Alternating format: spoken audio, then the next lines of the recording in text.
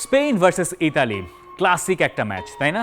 ম্যাচের আগে স্পেনের কোচ রুবেন দি লা ফুয়েন্তে বলেছেন এই ম্যাচটা তার কাছে আরেকটা ক্লাসিকো। আপনি যখন পরে স্কোর লাইন দেখেছেন 1-0-তে স্পেন জিতেছে, খুব টাইট একটা ম্যাচ হয়েছে, তাই না?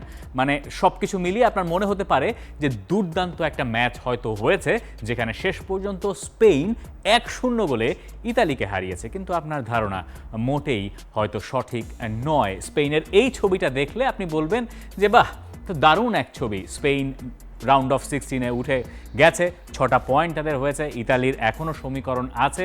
সব কিছু মিলিয়ে একটা ভালো দিন বোধহয় গেছে। কিন্তু স্পেনের জন্য রাতটা যতখানি ভালো ছিল, ইতালির জন্য ঠিক ততখানি ভালো আসলে ছিল না। সেটা আপনি এই স্ট্যাটটা দেখলেই বুঝতে পারবেন। আপনি যখন বল পজিশন দেখবেন সেটা নিয়েও আপনার মাথা ঘামানোর কোনো প্রয়োজন নাই। আপনি অ্যাটেম্পটস অন টার্গেট দেখেন, 8টা স্পেনের, ইতালির মাত্র 1টা। টোটাল অ্যাটেম্প যদি আপনি দেখেন তাহলে স্পেনের 20টার বিপরীতে ইতালির আছে 4টা।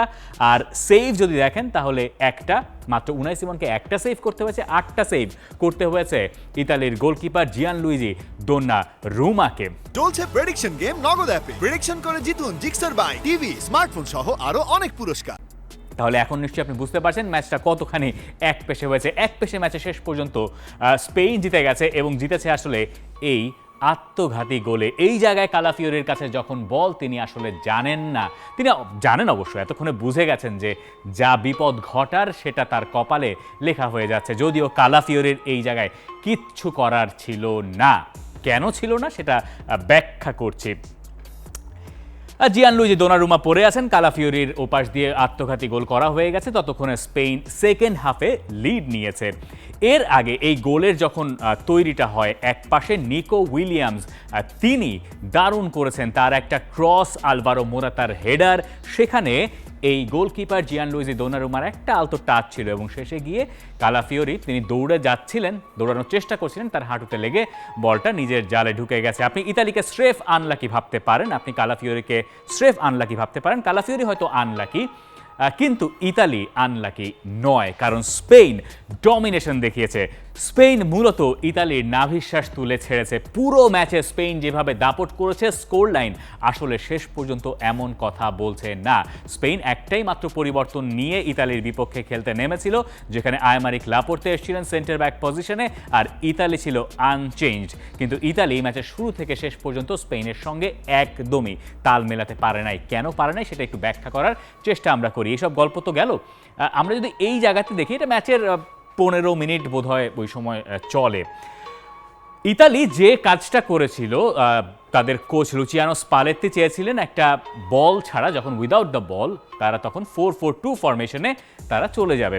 এটাকে আপনি প্রপারলি 4-4-2 শেপ হয়তো এই মুহূর্তে ছবি দেখে বোঝা একটু কঠিন হয়ে যেতে পারে কারো কারোর জন্য, কিন্তু এই জায়গায় স্পেন যে কাজটা করছে, স্পেনের ফুটবলারদের পজিশন দেখলে, তাদের পায়ে যখন বল, তখন আপনি খুব ভালো মতো সেটা বুঝতে পারবেন। দেখুন নিকো উইলিয়ামস কোন পাশে, মাঠের একদম এক পাশে চলে গেছেন। এই পাশটায় কারভাহাল তিনি ওয়াইড পজিশনে জায়গা নিয়েছেন, সে কারণে লামিন ইয়ামাল একটু ভেতরে ঢুকেছেন। আলভারো মোরাতার পজিশনিং দেখুন, মূলত এই জায়গায় পেদ্রি তিনি অনেকখানি জায়গা ডিকটেট করেছেন এবং তিনি আসলে বারবার ইতালির মিডফিল্ডকে টেক্কা দিয়ে চলে যাচ্ছিলেন। এই কারণে এই পরে গিয়ে স্পালেত্তিকে তার ওই উইদাউট দ্য বল 4-4-2 ফরমেশন থেকে শিফট করে নিয়ে এসে জর্জিনিওকে পেদ্রির পেছনে লাগিয়ে দিতে হয়েছিল। তার কারণে উইদাউট দ্য বল ইতালি অনেকটা 4-1-4-1 ফরমেশনে গিয়েছিল। যদিও এইসব সুইচিংয়ে শেষ পর্যন্ত কোনো কাজ আসলে স্পেনের হয় নাই। স্পেন সম্ভবত তাদের রিসেন্ট টাইমসের অন্যতম সেরা ম্যাচটা খেলেছে। এর আগে ক্রোয়েশিয়াকে তারা 3-0 গোলে উড়িয়ে দিয়েছে এবং ফার্স্ট হাফে যদি তারা সুযোগগুলো আরও ভালো মতো কাজে লাগাতে পারতো, তাহলে হয়তো ইতালি ফার্স্ট হাফে খাতায় পাতায়ও থাকতো না। ইতালির বিপক্ষে স্পেনকে গোল করতে সেকেন্ড হাফ পর্যন্ত ওয়েট করতে হয়েছে। ততক্ষণে 11টা অ্যাটেম্পট স্পেনের গেছে ইতালির ওপর দিয়ে। দোনারুমা বেশ কিছু ভালো সেভ করেছেন, নইলে অনেক আগেই স্পেন আসলে ওই ম্যাচে এগিয়ে যেতে পারত। লামিন ইয়ামাল আরও একবার দুর্দান্ত ছিলেন। ফাবিয়ান রুইজের কথা আলাদা করে বলতে হবে, তিনি বেশ আন্ডাররেটেড। এই বড় টুর্নামেন্টে এসে তাকে আমার কাছে অন্ততপক্ষে সেরকমই মনে হচ্ছে। আলভারো মোরাতাও একটা ভালো ম্যাচ খেলেছেন।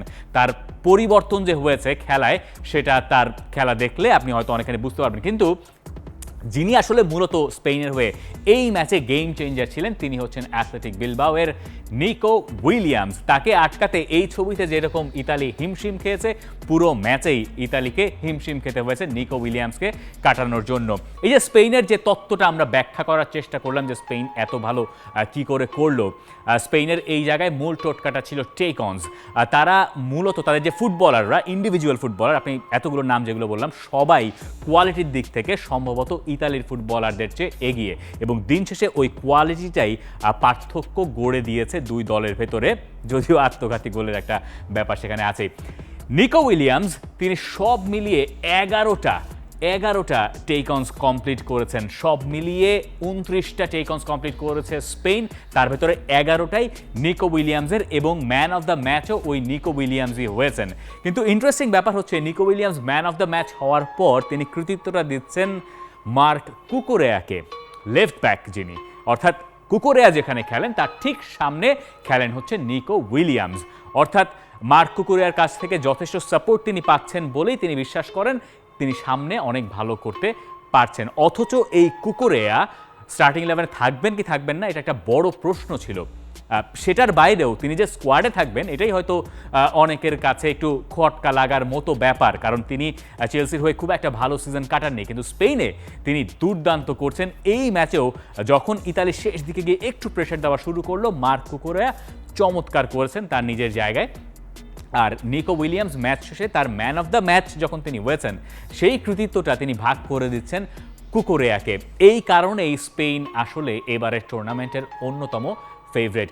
রুবেন ডি লা ফুয়েন্তে যেভাবে তার দলকে ম্যানেজ করেছেন পুরোটা সময়, সেটা বাকি দলগুলোর জন্য চ্যালেঞ্জিং। স্পেন এরই মধ্যে রাউন্ড অফ 16 নিশ্চিত করে ফেলেছে। গ্রুপ অফ ডেথের অবশ্য সমীকরণ এখনো বাকি আছে। আপনি যখন দেখবেন এই পয়েন্ট টেবিলের অবস্থা, স্পেন সবার ওপরে, তারা কোয়ালিফাই করে গেছে। ইতালির পয়েন্ট 3, আলবেনিয়ার পয়েন্ট 1, ক্রোয়েশিয়ার পয়েন্ট 1। আসেন আমরা একটু হিসাব মিলাই কি হবে। ইতালি শেষ দিনে, অর্থাৎ এই গ্রুপের শেষ দিন যখন ম্যাচ হবে, সেদিন ইতালি খেলবে ক্রোয়েশিয়ার বিপক্ষে। ইতালি এবং ক্রোয়েশিয়া ওই ম্যাচটায় যারা জিতে যাবে তারাই চলে যাবে রাউন্ড অফ 16-এ।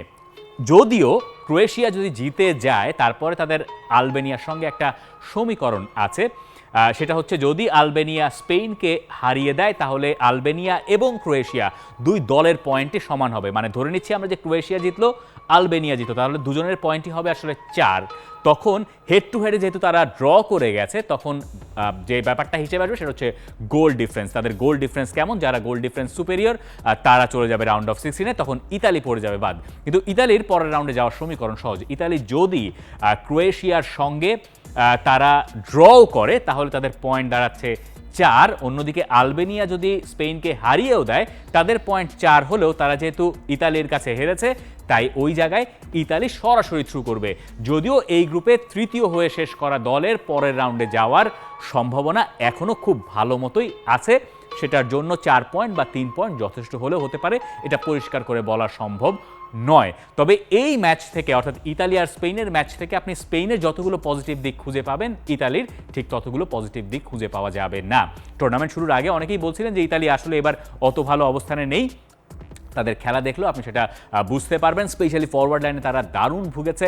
কিয়েজা একদমই সুবিধা করতে পারেন নাই, স্কামাক্কাকে দিয়েও এই ম্যাচে কাজ হয় নাই। পরে গিয়ে যখন রাসপাদোরি নেমেছেন তাতেও কোনো রকম কোনো আশার আলো তিনি দেখাতে পারেন নাই। মিডফিল্ডটাও ইতালির কলাপস করে গেছে।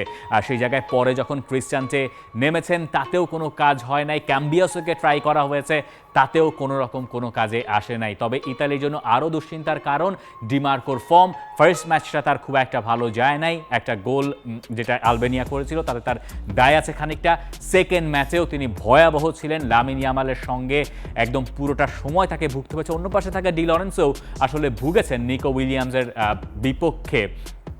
ইতালির এই দলটার জন্য এখন ক্রোয়েশিয়াকে হারানো খুব বেশি জরুরি যদি তারা পরের রাউন্ডে যেতে চায়। না হারালেও অবশ্য একটা সমীকরণ হয়তো মারপ্যাচে তারা টিকে থাকতে পারে, কিন্তু ইতালির পারফরমেন্স আসলেই খানিকটা শঙ্কা জায়গা নিয়ে, স্পেশালি এই ধরনের পারফরমেন্সে ইতালি কত দূর যেতে পারবে যদি তারা পরের রাউন্ডে উঠেও যায়, সেই প্রশ্নটা থেকেই যাচ্ছে। আপনি আমাদেরকে কমেন্ট সেকশনে জানাতে পারেন স্পেন আর ইতালির ম্যাচ থেকে আপনার কি মনে হয়েছে, স্পেনকে আপনি হট ফেভারিট ভাবছেন কিনা, আর ইতালির দৌড় কত দূর দেখছেন এবারের ইউরোতে।